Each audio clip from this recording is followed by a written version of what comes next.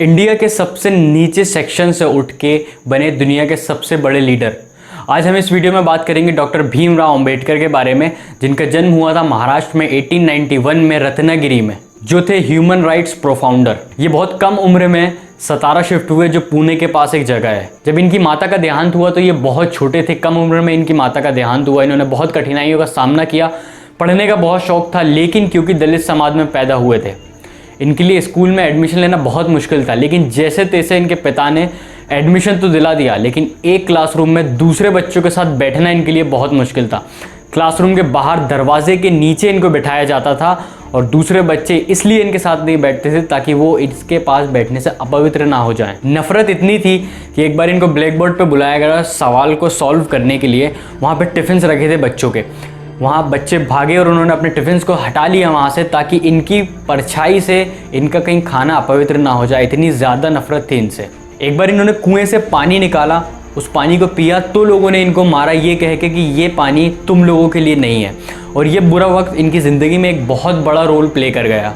ये संस्कृत पढ़ना चाहते थे, तो जो शिक्षक थे वहाँ के, उन्होंने इनको संस्कृत नहीं पढ़ाई। उन्होंने इनसे कहा कि ये ब्राह्मणों की लैंग्वेज है, ये तेरे लिए नहीं है। सायाजीराव गायकवाड़ एक राजा थे जिन्होंने इनका साथ दिया, इनको स्कॉलरशिप दी और इनकी पढ़ाई में इनका पूरा सपोर्ट किया। 1907 में इंग्लिश की पढ़ाई ये बॉम्बे से पढ़ के आए थे। जो पूरा दलित समाज था वो इस चीज़ को सेलिब्रेट करना चाहता था, क्योंकि पहली बार ऐसा कुछ हुआ था दलित समाज में कि कोई इतना ज़्यादा एजुकेटेड हुआ था। और फिर वहीं से उन्होंने बीए करी पॉलिटिकल साइंस और इकोनॉमिक्स में। और अभी भी सायाजीराव गायकवाड़ उनका साथ दे रहे थे, उन्होंने अभी भी उनका साथ दिया।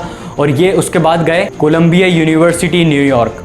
वहाँ जाकर उन्होंने MA political science, MA economics, MA history, MA sociology में करी और फिर पीएचडी किया। और फिर वहाँ से लंदन स्कूल ऑफ इकोनॉमिक्स चले गए और वहाँ जाकर एमएससी किया और फिर लॉ की पढ़ाई की। और उन्होंने वो किताबें लिखी उसके बाद जिसके आधार पर आगे जाके आरबीआई की स्थापना हुई। The evaluation of provincial finance in British India and the problem of the rupee.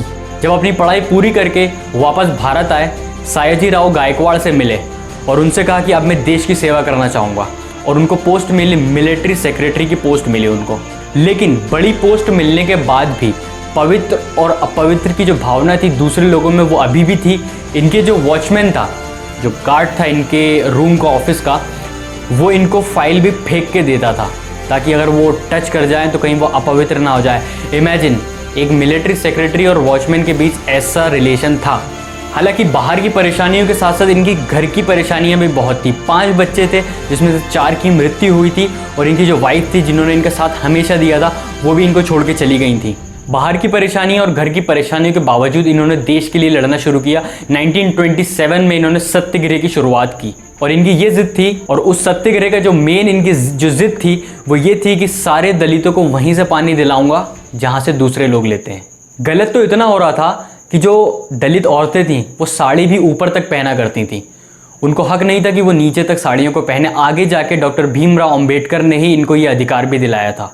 आगे चलकर इन्होंने कम्युनल इलेक्टोरेट की मांग की, जिसमें इनका कहना था कि कम्युनिटी के आधार पर हमारी वोटिंग की सुविधा अलग होनी चाहिए। और इसका अपोज किया था महात्मा गांधी ने, क्योंकि महात्मा गांधी का मानना था कि अगर ऐसा हो जाएगा तो हम अंग्रेज़ों से लड़ नहीं पाएंगे, हम डिवाइड हो जाएंगे। और बदले में गांधी जी ने कहा कि हम आपको रिजर्वेशन दिलाएंगे, आप हमारी बात को माने। क्योंकि गांधी जी कहते थे कि अगर वहाँ देश जातियों में बढ़ गया तो हम अंग्रेज़ों से लड़ नहीं पाएंगे। तो वहीं दूसरी जगह डॉक्टर भीमराव अंबेडकर ये सोच रहे थे कि मैं अपने समाज वालों को कैसे उनका हक दिलाऊं। और जब कोई कंक्लूजन नहीं निकला तो महात्मा गांधी अनशन पर बैठे और उस वजह से डॉक्टर भीमराव अंबेडकर ने इनकी बात को मान लिया और इन दोनों के बीच को पूना पैक्ट को साइन किया गया। 1947 में इंडिया आज़ाद हुआ और नेहरू, जो आज़ाद भारत के पहले प्रधानमंत्री थे, वो आए इनके पास कैबिनेट मंत्री की लिस्ट लेके महात्मा गांधी के पास। और उस लिस्ट में भीमराव अंबेडकर का नाम था ही नहीं।